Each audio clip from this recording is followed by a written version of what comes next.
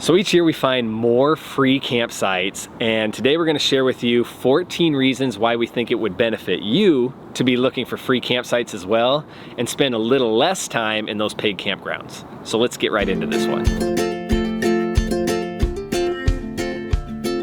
Boondocking is adventurous.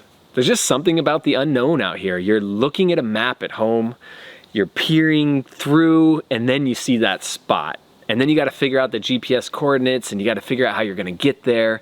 And then there's just that whole unknown, like what's it like out there? And you don't know till you show up to the spot.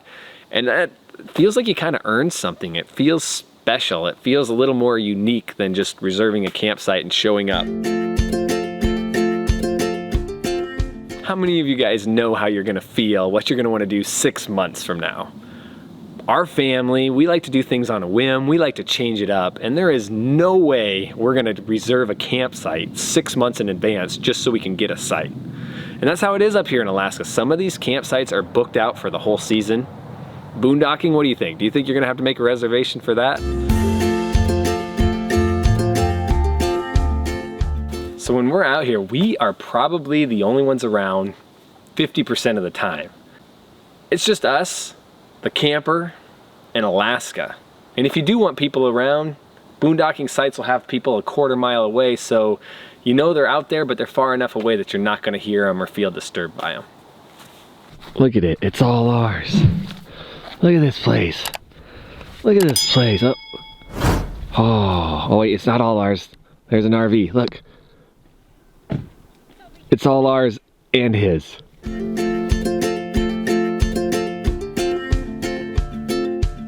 When you first come out here, you're gonna bring out all that water, you're probably gonna bring out your packaged food, and you're gonna learn quickly that that water runs out fast the way you use it at a campsite. The garbage piles up quick with all the containers you bring and all the food wrappings. And so you learn really fast to start conserving that water, to start bringing more fresh food that doesn't come packaged. And you're even gonna learn how to do dishes in a way that is very, very little on your water use. I have a video of that, I'll link it in the description below, but that's one of the neat things about getting out here boondocking. It really helps you. It's just better for the environment. You're going to be a lot better at conserving your resources, and then when you do go to a campground, you find you won't use near as much in the future as you get better at this. So we kind of want to know who's out there watching this video. If you are new to boondocking, let us know in the comments below. If you've been doing this for years, let us kind of know what that's like, how long you've been doing this, where you've been going.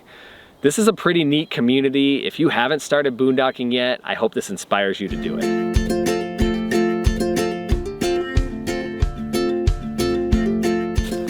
When we're camping out here in Alaska, same for you in other areas that have wildlife, habitual bears, habitual animals is not something you like to run into.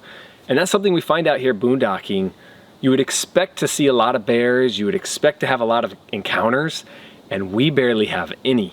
We go to a paid campsite and we are seeing bears quite often, and that's because the bears are just used to us. There's a lot more human activity there. There's a lot more campers who don't understand, proper camping etiquette, so they're leaving food out, they're leaving food behind, they're not properly cleaning up. People who are out here boondocking tend to know no trace camping. They tend to understand how to not bring animals into the campsite. And so when you show up to these sites, there isn't sugar left on the ground. There's not food out and garbage. Boondocking has kind of forced us to explore new areas. And that's for us in Alaska. I don't know how it is for you, but for us, you go to a boondocking location, there might be only 3 or 4 sites, and sometimes those sites are taken up. And so from there, you're gonna have to find something new. You're going to have to get creative.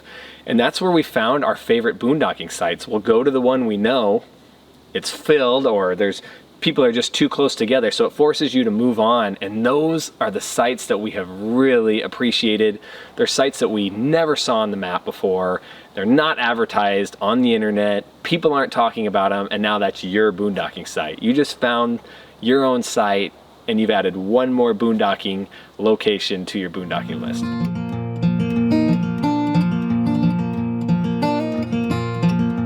Gotta share the obvious with you guys. Boondocking is free. It's free. It costs nothing besides the gas to get out there, the time. You're not gonna find that in a paid campsite.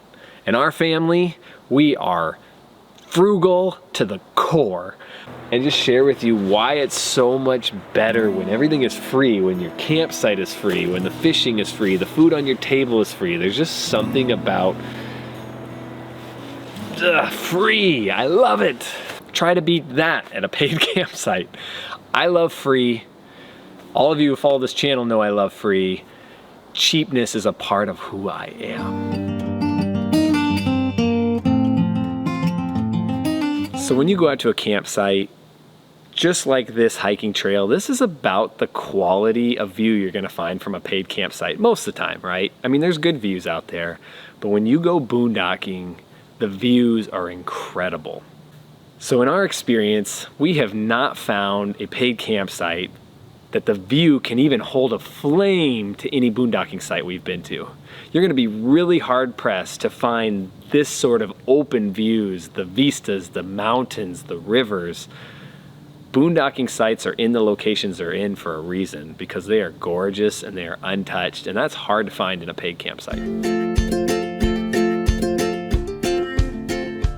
So people who come to Alaska the first time, we usually suggest you drive up here because it helps you just kind of understand where you're at. You realize how deep you are into the wilderness. And if you just take a plane and you land somewhere like Anchorage or Fairbanks, you really don't realize how vast the wilderness is around you.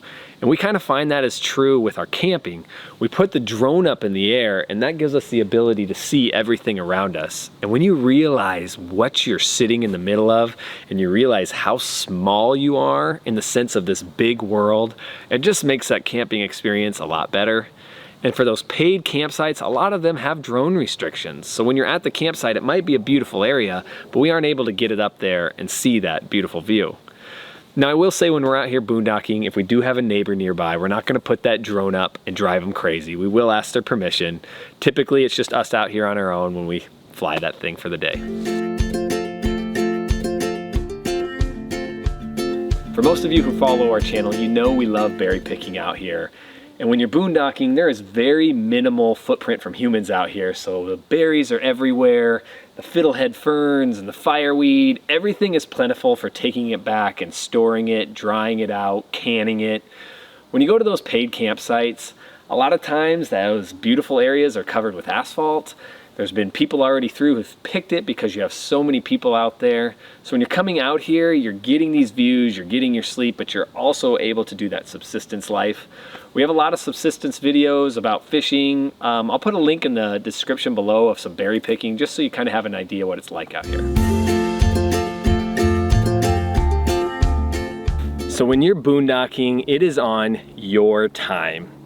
When you're going out to a paid campsite, the next day you wake up, sometimes you sleep in, sometimes you go out on a hike, and all of a sudden you are pushed up against that checkout time. That is not gonna happen to you at a boondocking site.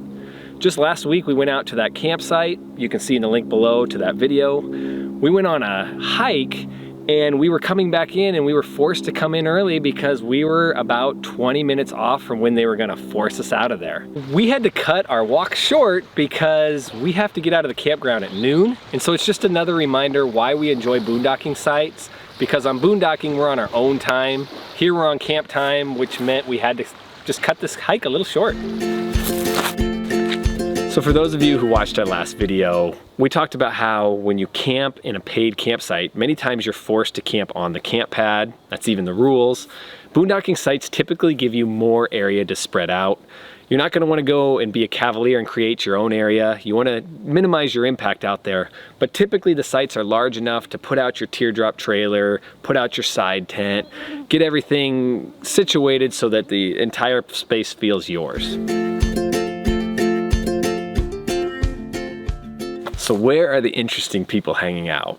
If you're looking for people like me that takes a teardrop or a scamp or a regular RV or a tent, you're gonna find a lot of us at a campground. But if you wanna find those Europeans who are bringing their overland rigs, people camping out in their schoolies, people camping in their vintage trailers, trailers you have never seen before, home-built trailers, trailers that looks like somebody has lived in that boondocking location for a year and a half, That's it. It's right here out in the middle of the woods. The people you meet, the trailers you see, they're things we've never seen before, personalities we've never met. There is just such a wide array of people here, and they're just not your typical folks. And for us, that makes boondocking pretty fun. How about noise and light pollution? The only noise you're gonna hear out here is the mosquitoes near the camera, the wolves at night, the rivers running by. I can't say that for all the paid campgrounds we've stayed in. All right, thanks guys, it's been great. We're gonna see you in the next episode.